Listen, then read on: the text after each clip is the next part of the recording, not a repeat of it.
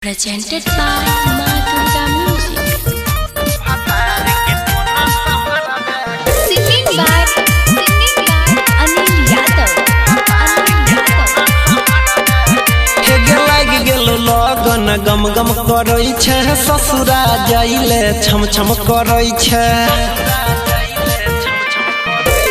लाग गेलो लगन गम गम करै छै ससुरा जाइले छम छम करै छै भोरे दुपहर तोय अंगना बाहर बेगे भोरे दुपहर तोय अंगना बाहर बेगे एगो ओढ़नी नहीं संभरै छौ तोरा से भतार के कोना संभरबे गई एगो ओढ़नी नहीं संभरै छौ तोरा से भतार के कोना संभरबे गई।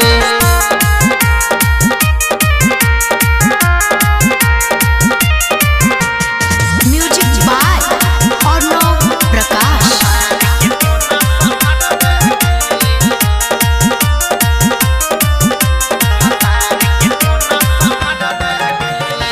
रहे छौरी तोय तो फीटा फाट में घूमे छ रोजे लगनिया के हाट में हाथ में धके अपन तोय ता हाथ गे लोई छ माजा छौरा सबके साथ गे रहे छौरी तोय तो फीटा फाट में घूमे छ रोजे लगनिया के हाट में हाथ में धके अपन तोय ता हाथ गे लोई छ माजा छौरा सबके साथ गे एही जे सबसे जीतई छही वही जा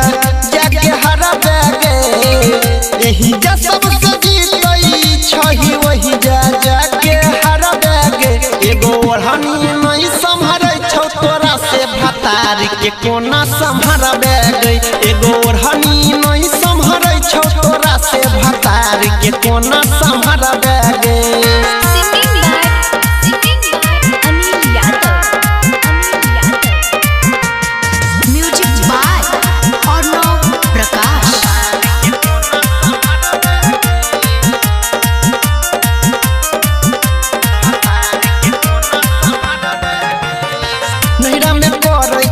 बेगो नाटक ससुरा में सैया तोर तोर देतो फाटक चलतो न छौरी तोहर कोनो गुमान गे परगुन देवेंद्र न छूतो सामान गे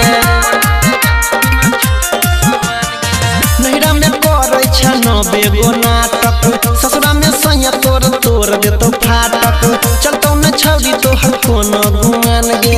परगुन देवेंद्र न छूतो सामान गे कृष्ण